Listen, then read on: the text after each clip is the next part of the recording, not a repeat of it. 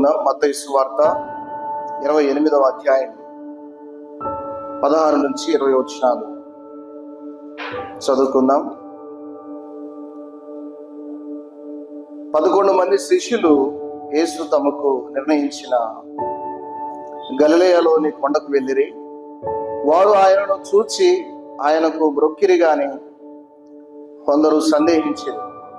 అయితే యేసు వారి యొద్దకు వచ్చి, పరలోకమందును భూమి మీదను నాకు సర్వాధికారం ఇవ్వబడి ఉన్నది. కాబట్టి మీరు వెళ్ళి సమస్త జనులను శిష్యులుగా చేయుడి. తండ్రి యొక్కయు కుమారుని యొక్కయు పరిశుద్ధాత్మ యొక్కయు నామములోనికి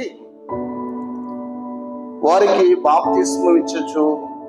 నేను మీకు ఏ సంగతులను ఆజ్ఞాపించుదునో వాటన్నిటినీ గైకొనవలనని వారికి బోధించుడి. ఇదిగో నేను యుగ సమాప్తి వరకు సదాకాలము మీతో కూడా ఉన్నానని వారితో చెప్పాను. మంచిది, చిన్న మాట ప్రార్థన చేసుకుందాం. దయాళుడు అయిన మా తండ్రి, జీవము కలిగిన యేసయ్యానికి స్తోత్రాలు. మీరు అనుకూలపరిచిన అమూల్యమైన సమయాన్ని బట్టి మీ నామాన్ని స్తుతిస్తా ఉన్నాం. మీ కృప చేత, మీ ప్రేమ చేత అనుకూలమైన మమ్మల్ని బలపరిచి సజీవ లెక్కలో ఉంచి మిమ్మల్ని ఆరాధించే భాగ్యం మాకు దయచేశారు. ఆరాధన అంతట్లో తోడై ఉండి మా ఆరాధన అంగీకరించిన దాన్ని బట్టి మీకు కృతజ్ఞత తండ్రి. ఇదిగో ప్రభా, మమ్మల్ని అందరినీ మీ స్వాధీనంలో ఉంచుకొని ఆయన వాక్యమును చక్కగా మేము ధ్యానం చేయడానికి, మీ లేఖనాల్లో ఉన్న సత్యాన్ని, మీ చిత్తాన్ని ఎరిగి మీ కొరకై ప్రజ్వలింపబడడానికి మీ ముఖ కాంతిని మా మీద ప్రదర్శించమని ఈ స్థితిలో ప్రార్థన చేస్తా ఉన్నాం. అలాగే చెప్పబడిన మీడియన్స్ పరిచయం కొరకు ప్రార్థన చేస్తా ఉన్నాం. ఎంతో మంది ప్రయాసపడుతూ ఉండగా ఆయన ఆ పరిచర్య చక్కగా వర్ధిల్లడానికి, ఆయన బైబిల్స్ ప్రింట్ అవ్వడానికి, వాటిని డిస్ట్రిబ్యూట్ చేయడానికి, అనేక మంది వాటిని చదివి రక్షింపబడడానికి మీరే సహాయాన్ని అనుగ్రహించమని, మీ ఆత్మ సహాయాన్ని మాకు అనుగ్రహించమని, మా ప్రభువును రక్షకుడైన యేసుక్రీస్తు నామములో మమ్మల్ని మీ చేతులకు అప్పగిస్తున్నాం తండ్రి. ఆమేన్. మంచిది, ఇక్కడ మనం చదువుకున్న లేఖనాల్లో మనం ఆలోచన చేయగలిగితే ఈరోజు ఒక వర్డ్ స్టడీ మనం చూద్దాం. దయచేసి ఇక్కడ కొత్త విషయం కాదు, కానీ కొంతమంది యవనస్తులు కనబడుతూ ఉండగా, అలాగే కొంత కొత్త తరం సంఘంలో ఉండగా వారి కొరకై, అలాగే మనకు కూడా ఒకసారి రివిజన్ చేసుకున్నట్లు ఉంటుందని ఆలోచన చేస్తూ గత రోజుల్లో ఒక ఆదివారం ఒక టాపిక్ మనం ధ్యానం చేస్తాం. గుర్తుందో ఎవరికైనా?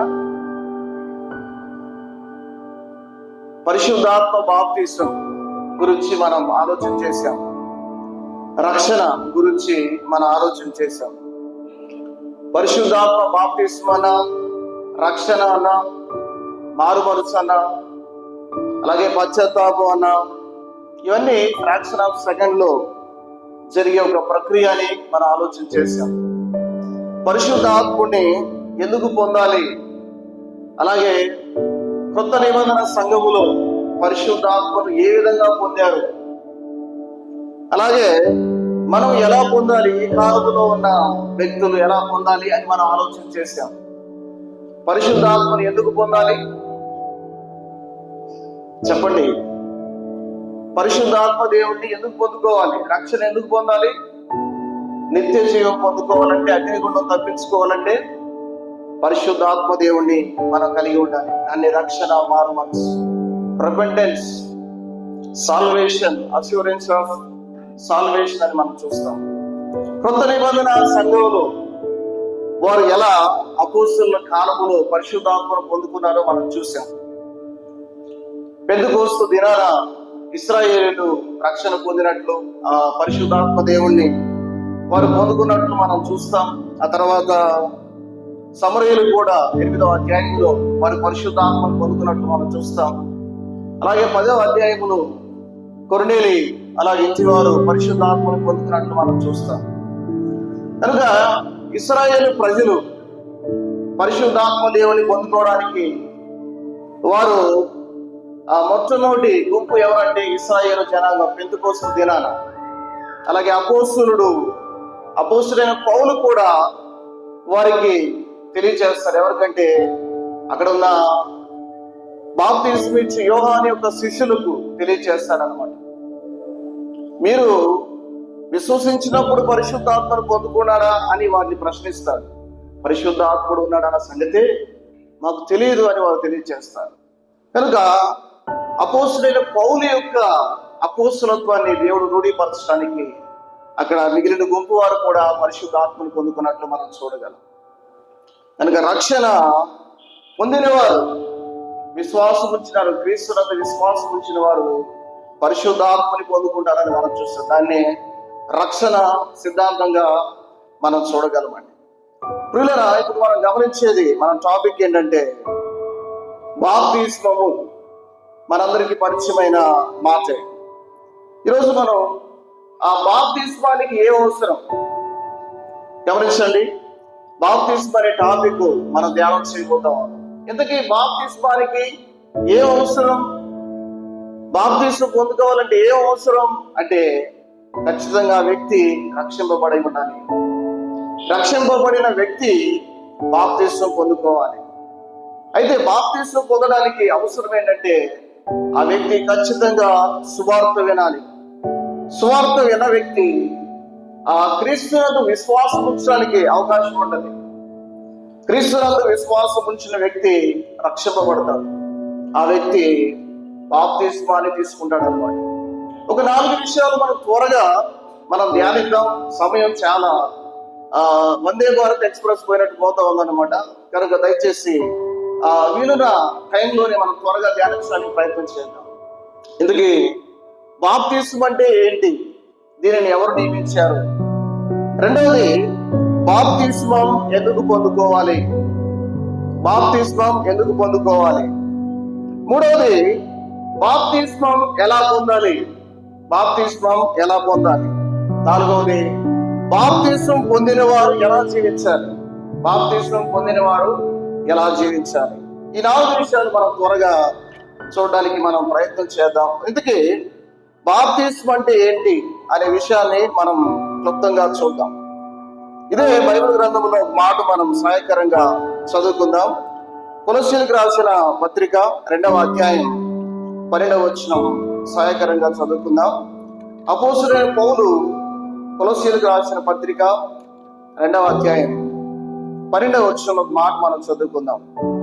మీరు బాప్తిస్మమందు ఆయనతో కూడా పాతిపెట్టబడిన వారై ఆయనను మృతుల్లో నుండి లేపిన దేవుని ప్రభావమందు విశ్వసించుట ద్వారా ఆయనతో కూడా లేచితిరి అని మనం చూస్తున్నామండి. అలాగే గలతీయులకు రాసిన పత్రిక 3వ అధ్యాయం 27వ వచనం మనం చదువుకోగలిగితే, క్రీస్తులోనికి బాప్తిస్మం పొందిన మీరందరూ క్రీస్తును ధరించి ఉన్నారు.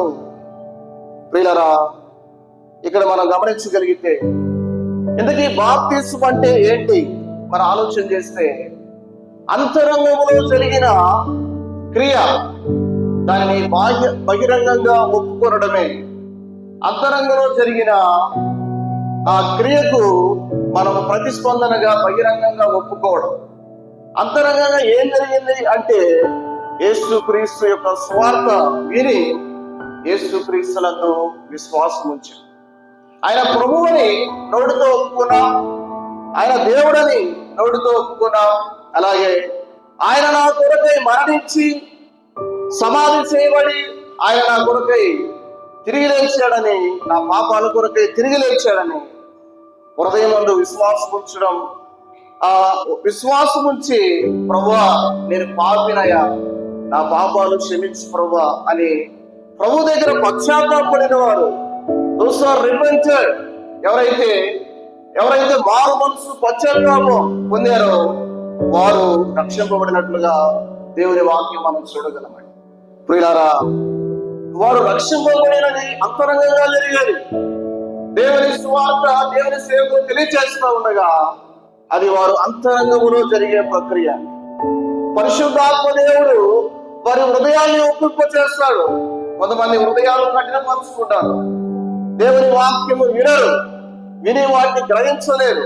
కానీ పరిశుద్ధాత్మ దేవుడు ఒప్పిస్తూ ఉండగా రక్షణ కార్యములో ఆయన జోక్యం చేసుకొని ఆయన ఒప్పిస్తూ ఉండగా ఎవరైతే ఒప్పుకుంటారో వారు రక్షింపబడతారు. ప్రియుల అంతరంగంగా జరిగే ప్రక్రియ అది. అయితే బహిరంగంగా యేసు ప్రభు నమ్మిన వ్యక్తి బహిరంగంగా ఒప్పుకుంటాడు అన్నమాట. పుట్టిన బిడ్డ మాట్లాడకపోతే ఆ వ్యక్తి చచ్చినోడి కింద ఆలోచన చేస్తాం.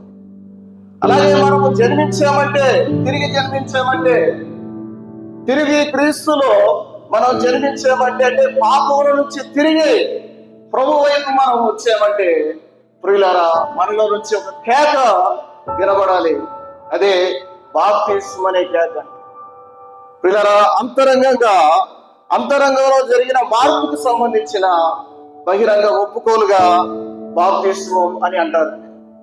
రెండవదిగా మనం చూస్తే, నేను యేసు ప్రభు చెందిన వాడిని, నేను యేసు ప్రభుకి చెందిన దారుడు అని బహిరంగ ఒప్పుకోవాలన్నమాట. పిల్లరా, ఆ బాప్తిస్మం తొట్టి దగ్గరికి వచ్చినప్పుడు నేను యేసు ప్రభు చెందిన వాడిని అని బహిరంగంగా ప్రభుని ఒప్పుకోవాలి. మనుషుల ఎదుట నన్ను ఒప్పుకొని పోతే నేను ఒప్పుకోనని యేసుక్రీస్తు వారు తెలియజేశారు. కనుక యేసు ప్రభుని నమ్ముకున్నామంటే ఆయన ఖచ్చితంగా మనం బహిరంగంగా ఒప్పుకునే వారంగా ఉండాలి. బాప్తిస్మం ఆ తొట్టి దగ్గరికి వచ్చి మనం సాక్ష్యం ఇచ్చే వారంగా ఉండాలి. కొలస్సీయులకు రాసిన పత్రికలో పౌలు అంటూ ఉన్నాడు, ఇక్కడ మీరు బాప్తిస్మమందు ఆయనతో కూడా పాతి పెట్టబడిన వారై ఆయనను మృతుల్లో నుండి లేపిన దేవుని ప్రభావంలో అని మనం చూస్తున్నాం. బాప్తిస్మం అంటే యేసుతో పాతి పెట్టబడి తిరిగి లేపడం అనే బహిరంగ సాదృశ్యం అండి. బాప్తిస్మం అంటే యేసుక్రీస్తుతో మనం మరణించి తిరిగి లేవడం అనేది ఒక బహిరంగ సాదృశ్యం. ఆ వ్యక్తిని నీళ్ళలో ఉంచి లేపినప్పుడు అది మరణములో నుండి జీవములోనికి దాటిపోయేసాడని యేసు ప్రభు అని బహిరంగ ఒప్పుకోలు చేయడం అది. ఇంకంత మాత్రమే కాదు, కానీ ఆ మాట మనం చదువుకుంటే గలతీయులకు రాసిన పత్రికలో 3వ అధ్యాయం 27వ వచనంలో క్రీస్తులోనికి బాప్తిస్మం పొందిన మీరందరూ క్రీస్తును ధరించి ఉన్నారు అని తెలియజేస్తా ఉన్నాడు. బాప్తిస్మం అనేది నేను క్రీస్తుని ధరించి ఉన్నాను అని అందరి ముందు ఒప్పుకోవడం అండి. నేను క్రీస్తుని ధరించి ఉన్నాను అని అందరి ఎదుట ఒప్పుకోవడం. కనుక బాప్తిస్మం అంటే అర్థం మనం చూస్తా ఉన్నాం. అంతరంగంలో జరిగిన ప్రక్రియకు బహిరంగంగా అందరి ఎదుట, పరలోక దేవుని ఎదుట, సంఘం ఎదుట, సమాజం ఎదుట నేను యేసు ప్రభు నమ్ముకున్నాను అని మనం సాక్ష్యం ఇవ్వడం. ప్రియులారా, యేసు క్రీస్తులో పాతి పెట్టబడి తిరిగి లేవడం, మరణంలో నుండి జీవంలోకి నేను దాటింపు చేయబడ్డానని బహిరంగంగా అందరికీ మనం సాక్ష్యం ఇవ్వడం. అంత మాత్రమే కాదు, కానీ నేను యేసు క్రీస్తును ధరించి ఉన్నాను, ఆయనను ధరించి ఉన్నానని బహిరంగ ఒప్పుకోలే బాప్తిస్మం. ఇందుకు ఎవరు ప్రారంభించారు తెలియని బాప్తిస్మం అనేది ఎవరు ప్రారంభించారు? శిష్యులు ప్రారంభించారా, లేకపోతే అక్కడున్న అపోస్తలులు ప్రారంభించారా? ఏ మనిషి కూడా ఈ బాప్తిస్మాన్ని ప్రారంభించలేదండి. ఈ బాప్తిస్మాన్ని ప్రారంభించింది దేవాది దేవుడేనండి. ప్రియులారా, మనం కొన్ని విషయాలు లేఖనాల్లో మనం ఆలోచన చేస్తే, మత్తయి సువార్త 28 మనం చదువుకుందాం. యేసు ప్రభు వారు ఈ విధంగా తెలియజేస్తా ఉన్నారు, కాబట్టి మీరు వెళ్ళి సమస్త జనులను శిష్యులుగా చేయుడి, తండ్రి యొక్కయు కుమారుని యొక్కయు పరిశుద్ధాత్మ యొక్క నామములోనికి వారికి బాప్తిస్మం ఇచ్చొచ్చు అని మనం చూస్తా ఉన్నాం. ఇక్కడ తండ్రి యొక్కయు కుమారుని యొక్కయు పరిశుద్ధాత్మ యొక్క నామములో వారికి బాప్తిస్మం ఇచ్చొచ్చు అని యేసు ప్రభు వారు తెలియజేసినట్లు మనం చూస్తా ఉన్నాం. కనుక ఇది బాప్తిస్మం అనేది మనుషుల యొక్క ఆలోచన కాదు, అలాగే అపోస్తలుల యొక్క ఆలోచన కాదు, కానీ దేవుడే నియమించినది. దేవుని వాక్యంలో మనం చదువుకుంటే మత్తయి సువార్త 16వ అధ్యాయం 15-16 వచనంలో, మీరు సర్వలోకములకు వెళ్ళి సర్వ సృష్టికి సువార్తను ప్రకటించుడి. బాప్తీసం పొందినవాడు, ఇక్కడ నమ్మి బాప్తీసం పొందినవాడు అన్నాడు. ప్రియులారా, నమ్మి బాప్తీసం పొందినవాడు రక్షింపబడును. అక్కడ మనం చూస్తే నమ్మని వారికి శిక్ష విధింపబడును అని ఆలోచన చేశాం. ప్రియులారా, అక్కడ మనం గమనిస్తే నమ్మి బాప్తీసం పొందినవాడు రక్షింపబడును, నమ్మని వారికి శిక్ష విధింపబడును అని మనం చూడగలం.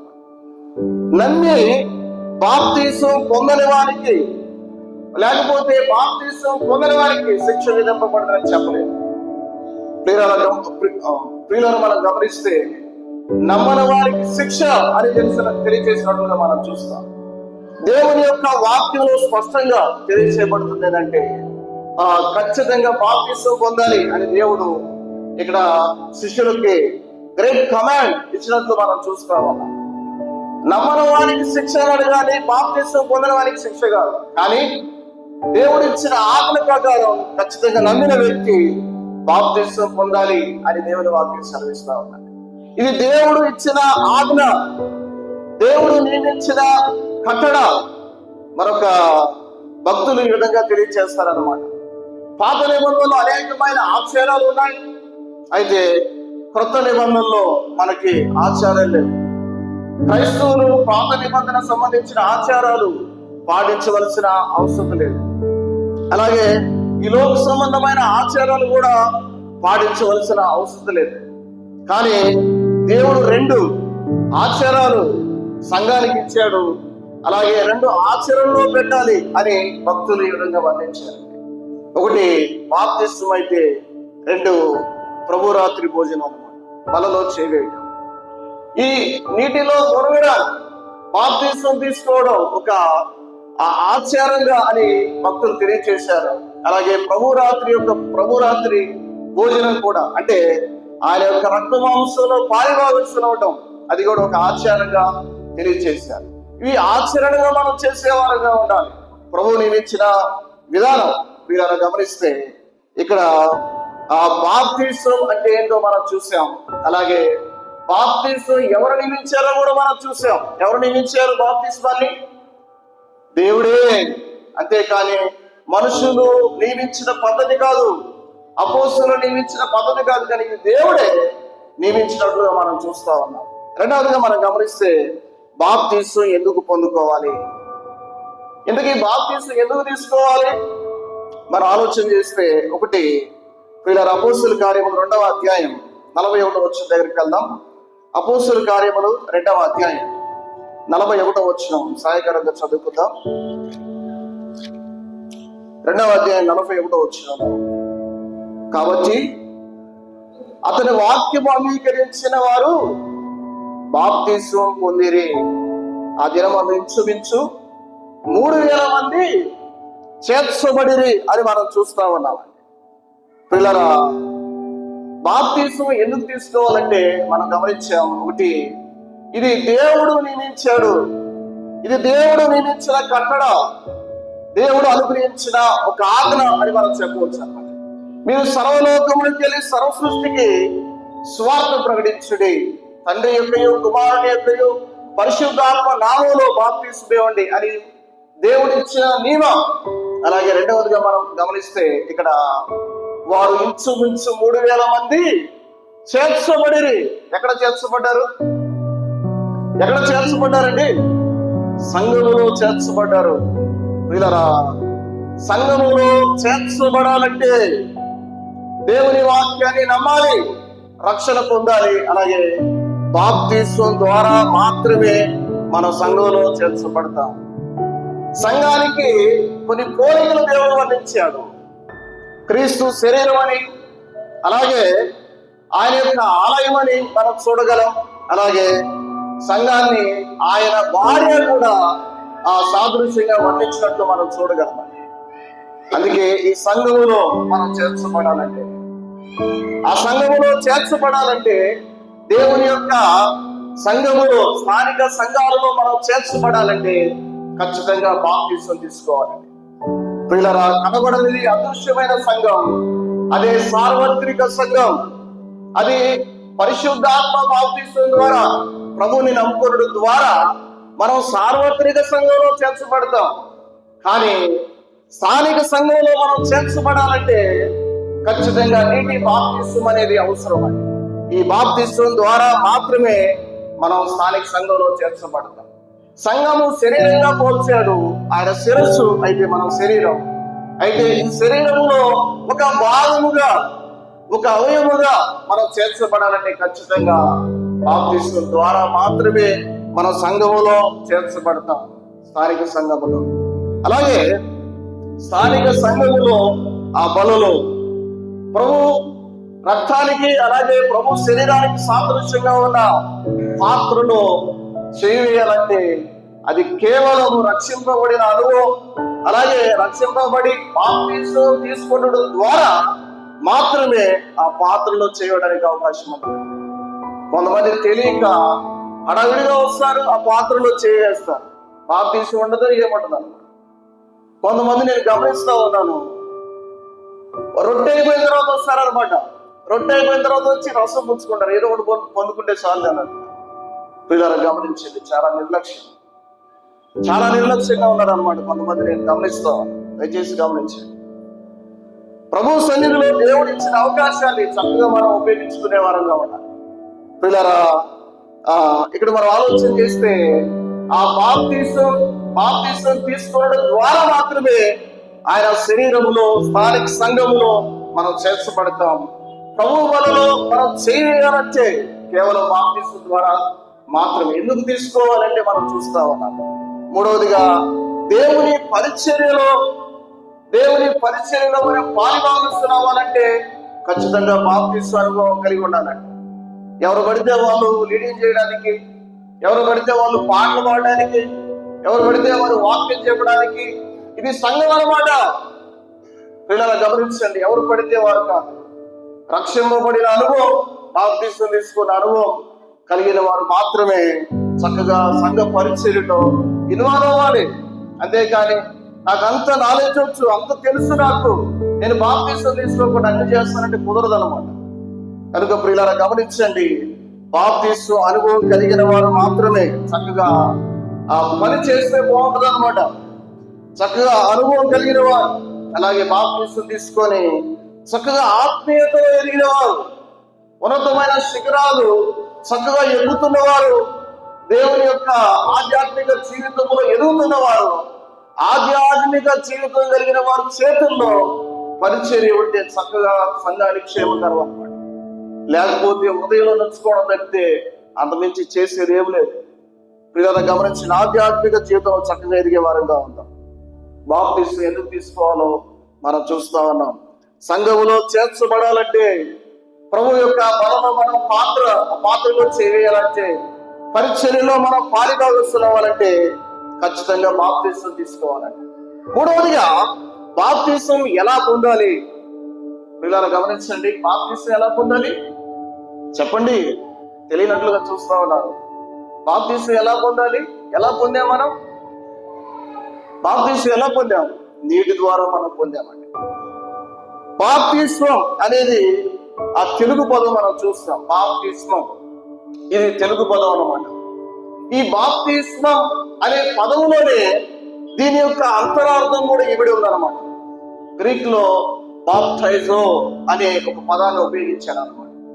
బాప్టైజో అని ఎవరైతే గ్రీక్ మాట్లాడే వాళ్ళు ఉన్నారో ఆ బాప్టైజో అనే పదం విని వెంటనే వారికి అర్థమవుతుంది అనమాట. వారికి నో నీడ్ టు ఎక్స్ప్లెనేషన్, వారికి అర్థమైంది అనమాట. ఏమనంటే నీటిలో ముంచడం అని వారికి అర్థమవుతుంది అనమాట. అలాగే ఇక్కడ మనం గమనించగలిగితే ఈ బాప్టైజో అనే పదాన్ని మరొక విధంగా కూడా ఉపయోగించారు. బట్టలను నీళ్ళల్లో అద్దడం అనే పదాన్ని కూడా, అంటే బైబిలేతర బిబ్లికల్ వర్డ్స్ కి అవుట్ ఆఫ్ కూడా ఈ బాప్టైజో అనే పదాన్ని కూడా ఉపయోగించారు అన్నమాట. అది కూడా ఏంటంటే ఆ బట్టను నీళ్ళల్లో ముంచి లేపడం అనే అర్థాన్ని తెలియజేస్తా ఉన్నారు. కనుక బాప్తిస్మం, ఇంతకీ బాప్తిస్మం ఎక్కడ తీసుకోవాలి, ఎలా తీసుకోవాలి అని ఆలోచన చేస్తే ప్రియులారా, ఆ పదములోనే ఇమిడి ఉన్న అర్థం ఏంటంటే నీటిలో తీసుకోవాలని అర్థం అనుకోండి.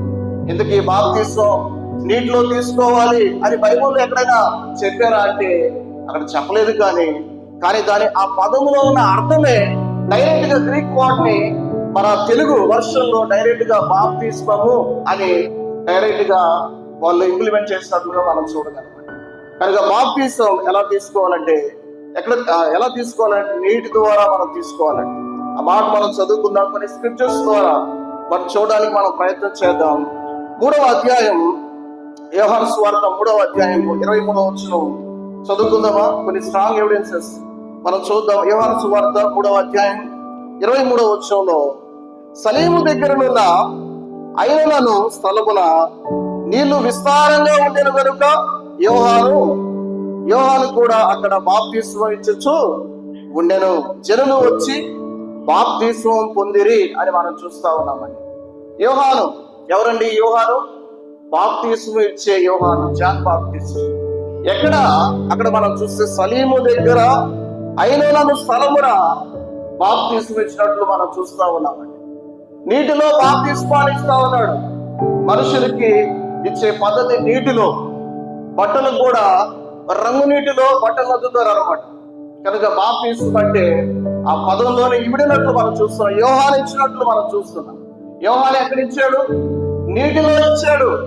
ఆ నీరు కొంచెం స్వచ్ఛంగా ఉన్నా లేకపోతే కొంచెం కల్మషంగా ఉన్నా ఆ నీటిలో ఇచ్చాడు. పిల్లలు గమనిస్తే అక్కడే మార్కు సువార్త 1వ అధ్యాయం 5వ వచనంలో కూడా, అంతటా యూదయ దేశస్థులందరూ యెరూషలేము వారందరూ బయలుదేరి అతని యొద్దకు వచ్చి తమ పాపమును ఒప్పుకొనుచు యోర్దాను నదిలో అతని చేత బాప్తిస్మం పొందుచుండిరి. ఎక్కడ? యోర్దాను నదిలో బాప్తిస్మం పొందిరని మనం చూస్తున్నాం. పిల్లలు గమనించండి. ఎక్కడ అంటే ఎలా అంటే మనం గమనిస్తే నీటిలో, అక్కడ నదిలో ఇచ్చినట్లు మనం చూస్తాం. నదిలో వారు ఇచ్చినట్లు మనం చూస్తాము. కొన్ని ప్రతికూల పరిస్థితులను బట్టి ఆ నదుల దాకా తీసుకెళ్ళాం. కొన్నిసార్లు ఆ పరిస్థితులను బట్టి మనం బాప్తిస్మం తొట్టులో ఇస్తాం. మంచిదే. ఏదైతే ఏమి ఎక్కడ ఇవ్వాలంటే నీటిలో ఇవ్వాలి అని దేవుని వాక్యం సెలవిస్తా ఉంది. మరొక మాట చదువుకుందాం. మార్కు సువార్త 1వ అధ్యాయం 9-10 వచనాలు మనం గమనిస్తే, ఆ దినములలో యేసు గలిలయలోని నజరేతు నుండి వచ్చి యోర్దానులో యోహాను చేత బాప్తిస్మము పొందెను. వెంటనే బాప్తిస్మము పొందెను అని మనం చూస్తున్నాం. ప్రియులారా గమనించండి. ఇక్కడ ప్రభువైన యేసుక్రీస్తు వారు ఏం పొందారు? బాప్తిస్మం పొందాడు అని మనం చూస్తున్నాం. ఎవరి దగ్గర? యోహాను దగ్గర ఆయన బాప్తిస్మం పొందినట్లు మనం చూస్తున్నాం. ప్రియులారా ఇక్కడ మనం గమనించగలిగేది ఏంటంటే, యేసుక్రీస్తు వారు అన్నింటిలో మనకి మాదిరి చూపించడానికి ఆయన మాదిరి అయినట్లు మనం చూడగలం. బాప్తిస్మం అక్కడ యోహాను ఇచ్చే బాప్తిస్మం ఏంటి? మారు మనసు నిమిత్తం యోహాను బాప్తిస్మం ఇచ్చారు. మనం ఇప్పుడు క్రొత్త నిబంధనలో ఇచ్చేది ఏంటంటే, మారు మనసు పొందిన తర్వాత సంఘములో చేర్చబడడానికి, దేవుని యొక్క ఆజ్ఞ నెరవేర్చడానికి మనం బాప్తిస్మం ఇస్తాం. ఇంతకు యేసుక్రీస్తు వారికి మారు మనసు అవసరమా? ఆయన పాపం చేసిన వాడా అంటే కాదు. ఆయన పరిశుద్ధుడు. ఆయనలో పాపం లేదు. ఆయన పాపము ఎరుగని వాడు.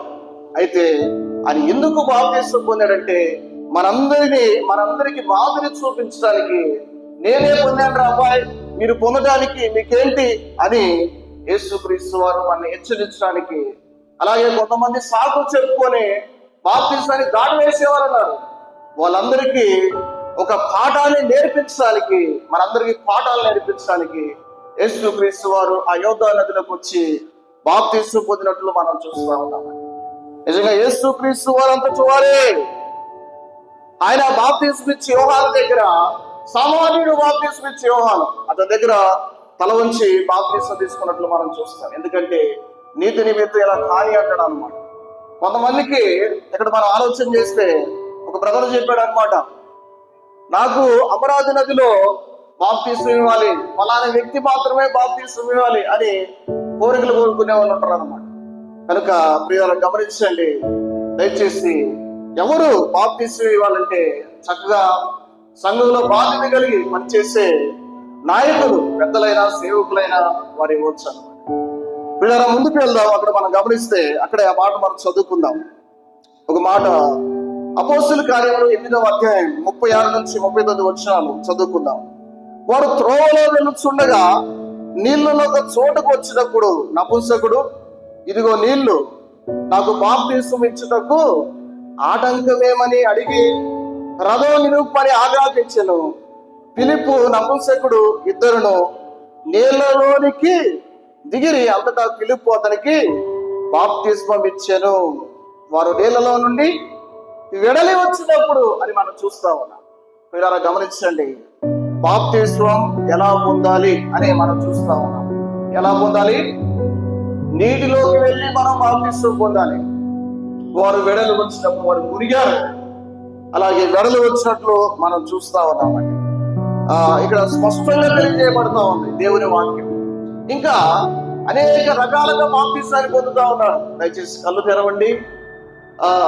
అనేక రకాలుగా లోకములో బాప్తిస్మం పొందుతా ఉన్నారు. 100 రూపాయల నోటికి ఒరిజినాలిటీ మనకు తెలిస్తే ఏ యొక్క సైన్స్ దానికి ఒరిజినాలిటీకి సంబంధించిన ఏ సూచనలు ఏ యొక్క సాదృశ్యాలు ఉంటాయో మనకు తెలిస్తే చాలా అనమాట. డూప్లికేట్ నోట్ ఇచ్చిన వెంటనే మనం బస్సు కట్టేస్తాం అనమాట. కనుక దేవుని వాక్యము ఒరిజినల్. ఈ వాక్యములో ఉన్న అర్థాన్ని మనం తెలుసుకుంటే చాలు. ఇంకా రకరకాలు వస్తాయి అనమాట. ఇప్పుడు కొన్ని వచ్చాయి, చిలకరింపు బాప్తీసాలని, జెండా బాప్తీసాలని, ఇంకా అనేక రకమైన బాప్తీసాలు వచ్చాయి. I know need to explanation that one. కనుక దాని గురించి మనం తెలుసుకోవాల్సిన అవసరం లేదు. కానీ అయితే ఎలా బాప్తీసం పొందారో ఒరిజినాలిటీ తెలిస్తే చాలు. ఇంకా ఇతర వారు వచ్చి ఇలా బాప్తీసం పొందాలంటే మీరే ఎక్స్ప్లెనేషన్ చేస్తారనమాట. వారికి ఇలా చెప్తారు, దేవుని వాక్యం ఇలా చెప్తా ఉంది, మాదిరికరంగా వాళ్ళు బాప్తీసం పొందారు కనుక మీరు కూడా బాప్తీసం పొందని చెప్తే చాలా. ఒకటి, బాప్తీసం అంటే ఏంటో మనం చూసాం, ఎవరు నియమించారో మనం చూసాం. అలాగే రెండవదిగా బాప్తీసం ఎందుకు పొందుకోవాలో కూడా మనం చూసాం. అలాగే బాప్తీసం ఎలా పొందాలో కూడా మనం చూసాం. ఇప్పుడు మనకి బాప్తీసం పొందిన వారు ఎలా జీవించాలి అనే మాట మనం త్వరగా చదువుకొని ఒక హెచ్చరికగా మనం గమనిద్దాం. దయచేసి 3 విషయాలు మనం గమనించాం. అయితే ఇంకా బాప్తీసం తీసుకుని వారు యేసు ప్రభు నమ్ముకున్నారు కదా. ఇంకా ఎంతకాలం యేసు ప్రభు నమ్ముకొని ఆయన పాత్రలు మిగులుతూ ఉండగా, ఆయన శరీరానికి సాదృశ్యమైన రొట్టె మిగులుతూ ఉండగా, ఆయన రక్తానికి సాదృశ్యంగా ఉన్న రసము మిగులుతూ ఉండగా, అది నీ కొరకే తెలుసా? ఇంకా ఎంతకాలం నీవు దాట వేస్తావు? ఎంతకాలం ఇప్పుడు కాదులే బాప్తీసం తీసుకుంటే సరిగ్గా ఉండాలి, లేకపోతే మనకి అనారోగ్యాలు వస్తాయి కనుక ఇప్పుడు కాదులే వృద్ధాప్యమే తీసుకుందామలే అని ఆలోచన చేసేవారు, దాటి వేసేవారు స్థానిక సంఘాల్లో లేకపోలేదు, అలాగే బయట ఉన్న సంఘాల్లో లేకపోలేదు. ఇలా గమనించండి, దేవుడు ఆజ్ఞాపించిన దాన్ని చేయడం అది దేవునికి విధేయత చూపడం. Delay obedience also disobedience. కనుక మనము నిర్లక్ష్యంగా విధేయత చూపడం కూడా మన అవిధేయులుగానే మిగిలిపోతాం అన్నమాట. బాప్తీసం తీసుకున్న వాళ్ళేరా సరిగ్గా జీవించేది కాదండి. రక్షింపబడిన ప్రతి వ్యక్తి, యేసుక్రీస్తునందు విశ్వాసం నుంచి పరిశుద్ధాత్మను పొందుకున్న ప్రతి వ్యక్తి ఖచ్చితంగా దేవుని యొక్క వాక్య ప్రకారం జీవించేవారుగా ఉండాలి. బాప్తీసం తర్వాతగా జీవించడం, బాప్తీసం ముందే మనం జీవించడం నేర్చుకోవాలండి. మన జీవితంలో ఆచరణలు కలిగి ఉండాలి. అట్లా బాప్తీసం తీసుకొని నిలబెట్టేవాడు ఆయనే. నేను పడిపోతానేమో, నేను కృంగిపోతానేమో, నేను బలహీనుండి అయిపోతానేమో అని నీ అంతటా నీవే నిర్ణయాలు తీసుకోవద్దు. దేవుని నిర్ణయం మీద ఆధారపడి చక్కగా దేవుని చిత్తాన్ని నెరవేర్చే వారంగా ఉండాలండి. బ్రదర్ నాకు కుదరదు, అనేకమైన డ్యూటీలు ఉన్నాయి, అక్కడ ఒప్పుకోరు, ఎన్ని కాదండి. చక్కగా దేవుని యందు విశ్వాసం వచ్చి అనేక మంది ప్రొఫెషనల్స్ చక్కగా బాప్తీసం తీసుకొని ప్రభువుని ఆరాధించేవారు లేకపోలేదు.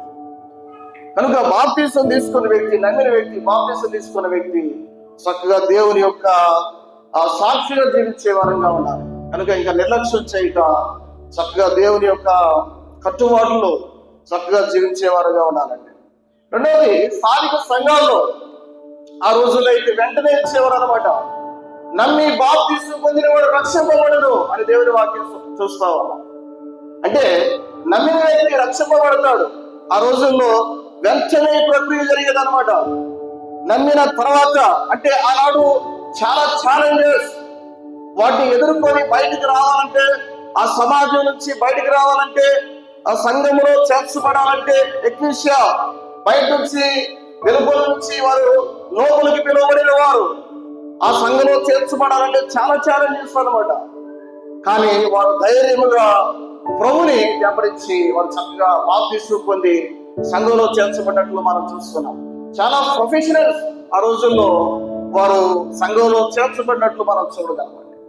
ప్రియులారా గమనించండి, నేడున్న పరిస్థితుల్లో చాలా మంది సేవకులు పాటించేది ఏంటంటే రక్షింపబడిన వెంటనే బాప్తిస్మం ఇవ్వరు అనమాట. కారణం ఏంటంటే వారిని కొంతకాలం కనిపెట్టాలని, వారు రక్షణ పొందారు కదా, రక్షింపబడిన తర్వాత వారి జీవితంలో, వారి నడవడిలో, వారి మాటల్లో మార్పులు రావాలని, అలాగే స్థానిక సంఘములో కొన్ని విషయాలు ఎలా జరుగుతూ ఉన్నాయి, ప్రారంభం నుంచి ముగింపు వరకు ఎలా జరుగుతూ ఉంది, అది గమనిస్తూ చక్కగా స్థానిక సంఘంతో కొంతకాలం సహవాసం కలిగి మనం చక్కగా నడుచుకుంటా ఉన్నప్పుడు ఓకే ఇది కొంచెం గట్టి కిందలే అని సేవకులు ఆలోచన చేసి బాప్తిస్మం ఇస్తారన్నమాట. కనుక మీరు గమనించండి, ఓకే వాళ్ళు పాటించిన పద్ధతి అయినా రైటే, మనం పాటించే పద్ధతి అయినా రైటే. కనుక మనం ఆలోచన చేద్దాం. ఆ చక్కగా ఎప్పుడైతే స్థానిక సంఘం ఎప్పుడైతే ఆ డేటును నిర్ణయిస్తుందో దాని ప్రకారం తీసుకోవడం చాలా మంచిది. ఎక్కడైతే మనము ఉంటామో అక్కడ తీసుకోవడం చాలా మంచిది. అయితే ఇక్కడ బాప్తిస్మం పొందిన వారు మనం ఎలా ఉండాలి అనే ఒక మాట ఆలోచన చేసి మనం ముగించుకుందాం. రోమిలికి రాసిన పత్రిక 12వ అధ్యాయం, బాప్తిస్మం పొందిన మనం ఎలా జీవించాలి? రోమిలికి రాసిన పత్రిక 12వ అధ్యాయంలో చాలా స్పష్టంగా 1వ వచనంలో మనం గమనించగలిగితే ఇక్కడ మాట తెలియజేస్తాను, చదువుతారా?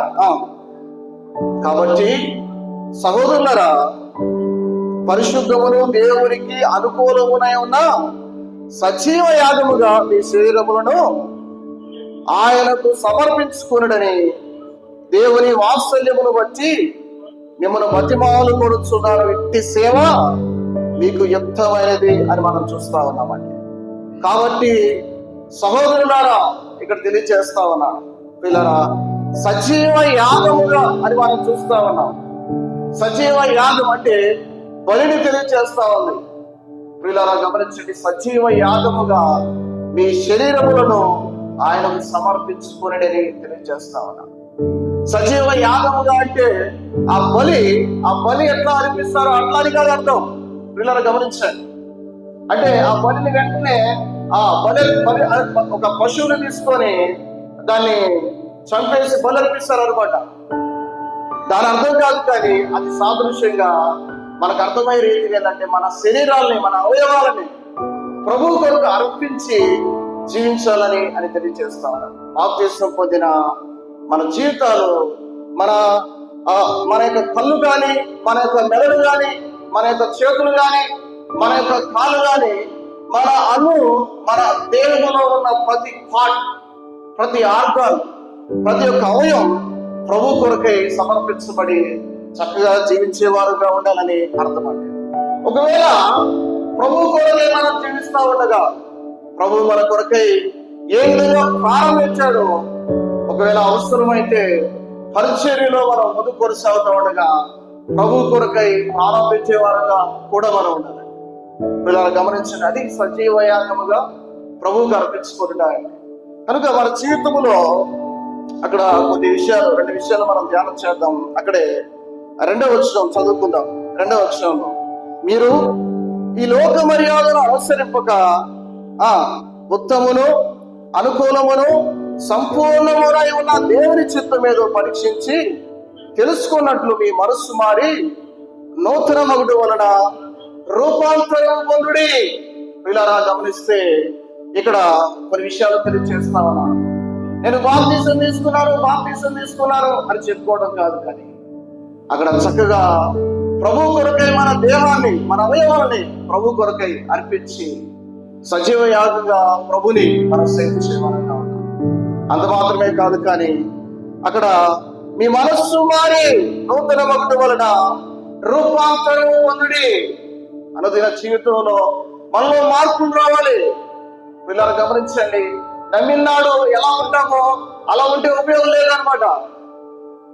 మనం పాలు తాగేవారు కానీ ఎప్పుడు పాలు మీద నోట్లో పెట్టుకొని మనం పిల్లలలో ఉంటారు అనమాట. అలా ఉంటే ఉపయోగం లేదు. అనుదిన జీవితంలో అక్కడ మనం గమనించాలన్నమాట. ఉత్తమం ఏమన్నాడు? మీరు లోక మర్యాదను అనుసరింపక ఉత్తమమైన ఏంటో తెలుసుకోవాలి.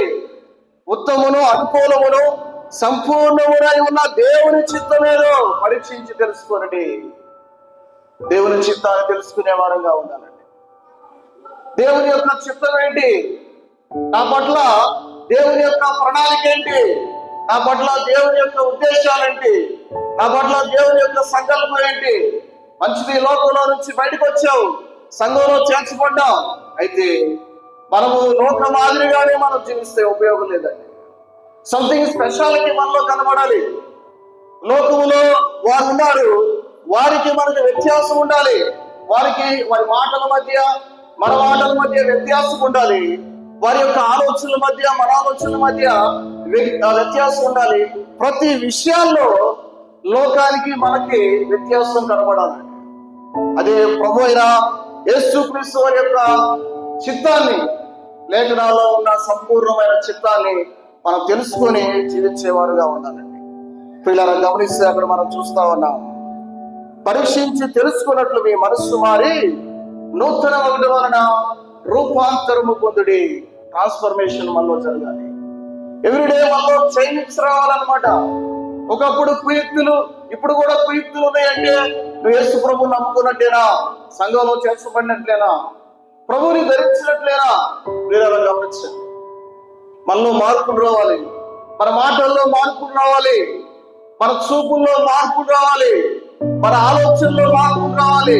మనం కూర్చునే స్థలాలు, నిలబడే స్థలాలు, మనం తిరిగే స్థలాలు జాగ్రత్తగా ఆలోచన చేస్తూ, ఇక్కడ నిలబడుతూ ప్రభు చిత్తమేనా, ఇక్కడ ఇలా మాట్లాడుతూ ప్రభు చిత్తమేనా, ఇలా ఆలోచన చేయడం ప్రభు చిత్తమేనా అని ఆలోచన చేస్తూ మన ప్రభు కొరకై ట్రాన్స్ఫర్మేషన్, మన జీవితాల్లో మార్పులు రావాలి. ఆ విధంగా మార్పు వస్తే తండ్రి ఎంతో మంది సంతోషిస్తారండి. మనం దినదినం ఎదుగుతూ ఉంటే, మన జీవితాల్లో మార్పులు కలుగుతూ ఉంటే దేవుడు ఎంతో సంతోషిస్తాడు. మన పిల్లలు ఎదుగుతూ ఉంటే మనం సంతోషిస్తాం కదా. వాళ్ళు అక్కడే ఎప్పుడు కూడా పాలు తాగుతానే కూర్చున్నారు అనుకో, వారిని బట్టి మనం సంతోషిస్తామా? వారు చక్కగా 6వ నెలలో లేకపోతే 5వ నెలలో వారు ఎప్పుడు తింటే అప్పుడు అనమాట భోజనం పెడతాం అనమాట. వారిలో వారు ఎదుగుతూ ఉంటే తిని, తర్వాత మంచి ఆహారం వారు తిని చక్కగా ఆడుకుంటూ చక్కగా వారు జీవిస్తూ ఉన్నప్పుడు వారిలో మార్పులు కలుగుతూ ఉంటాయి. అంటే నేను వారి పిల్లల యొక్క భౌతిక సంబంధమైన జీవితాన్ని తెలియజేస్తా ఉన్నా. వాళ్ళలో మార్పులు కలుగుతూ ఉంటే మనం ఎంతో సంతోషిస్తాం. కానీ వాళ్ళలో మార్పులు కనబడకపోతే మనం సంతోషిస్తామా? అలాగే ఆధ్యాత్మిక జీవితంలో మనలో మార్పులు కనబడకపోతే దేవుడు చాలా దుఃఖిస్తాడు. కనుక నమ్మిన వారం మనం చక్కగా దేవుడి కొరకే మార్పులు కలిగి జీవిద్దాం. ఆ తర్వాత మనం ఒక మాట చదువుకుంటే కొలస్సీయులకు రాసిన పత్రిక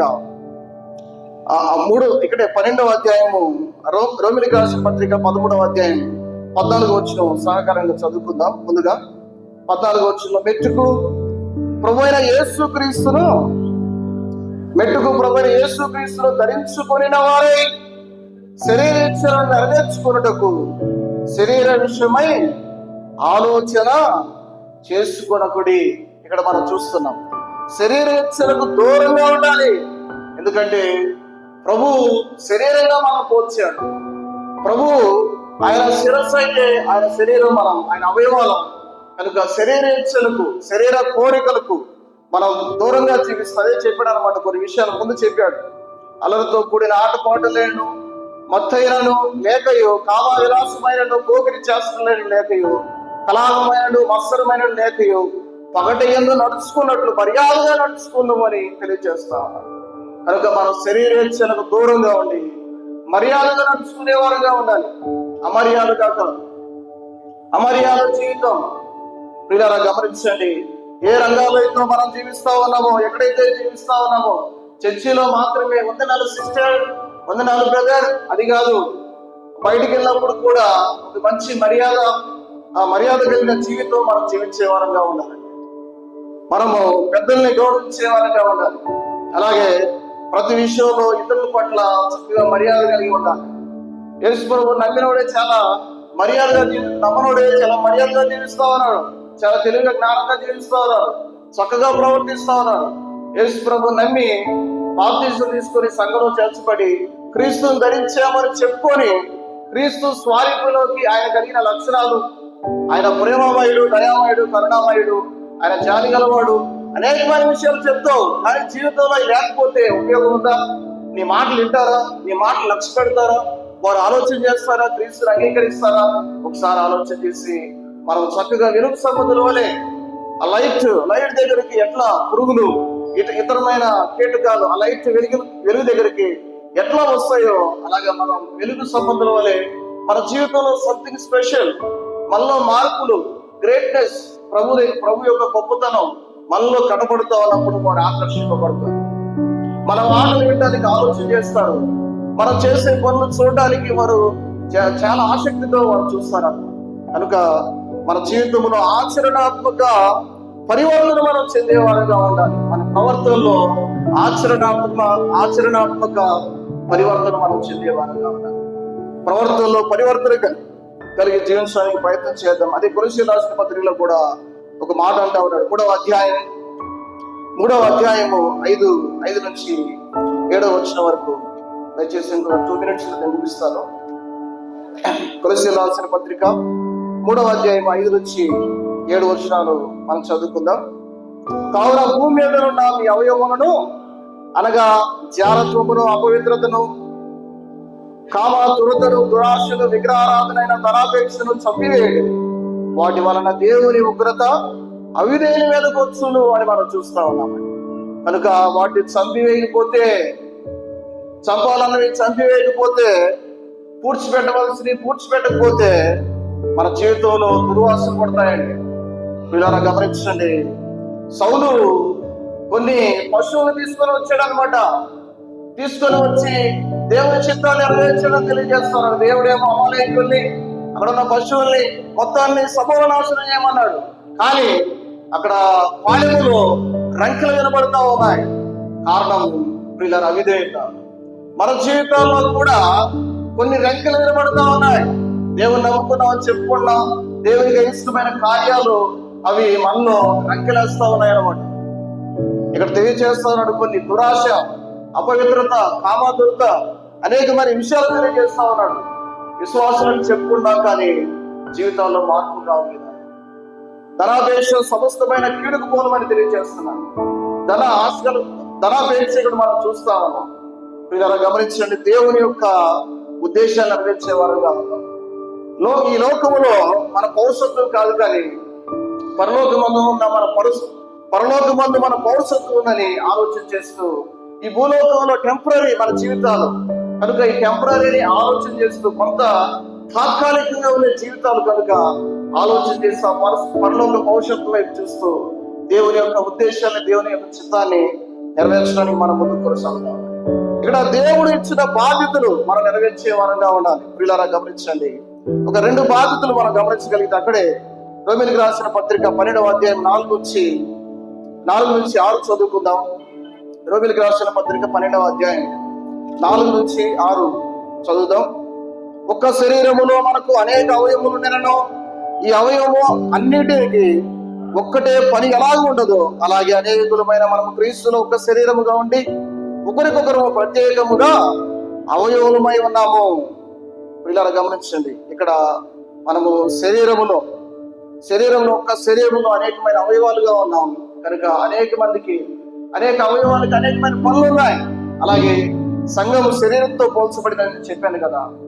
అయితే మన బాధ్యత మనం గమనిస్తే ఆచరణాత్మకంగా మన ప్రవర్తనలో మనం చక్కగా మార్పులు చెందిన వారంగా ఉండాలి. ఆచరణాత్మకంగా అంటే దేవుని వాక్యం చదువుకోవడం, అలాగే ప్రార్థన చేయడం, అలాగే సంఘ సహవాసం చేయడం, అలాగే శరీర ఏచ్ఛలకు దూరంగా ఉండడం, ఇవి మనం చేయవలసిన అనుదిన క్రియలండి.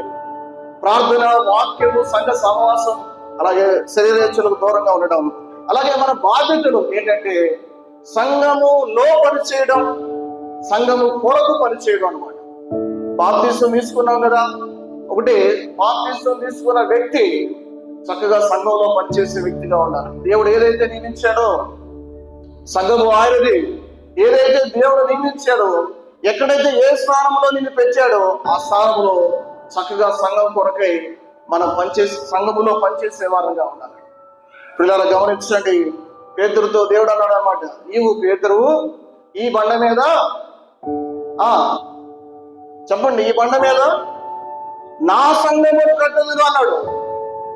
ఈ బండ అంటే పునాది ప్రభు యేసుక్రీస్తు వారే. సంఘం ఎవరిది? నా సంఘం. మనం అలవాటుగా మా సంఘం అనొచ్చు కానీ సంఘం ఎవరిది? నా సంఘం. కట్టేవారు ఎవరు? కట్టుదును అన్నాడు. కట్టేవారు ఎవరు? ప్రభువే. వీళ్ళ గమనించండి. కనుక పునాది, ఏర్పరచబడిన పునాది మీద మనం బాధ్యతలు కలిగి చక్కగా పనిచేసేవారుగా ఉండాలి. సంఘం ఆయనది, కట్టేవాడు ఆయనే. కానీ నీవు నేను ఎవరంటే పనివారం మాత్రమే.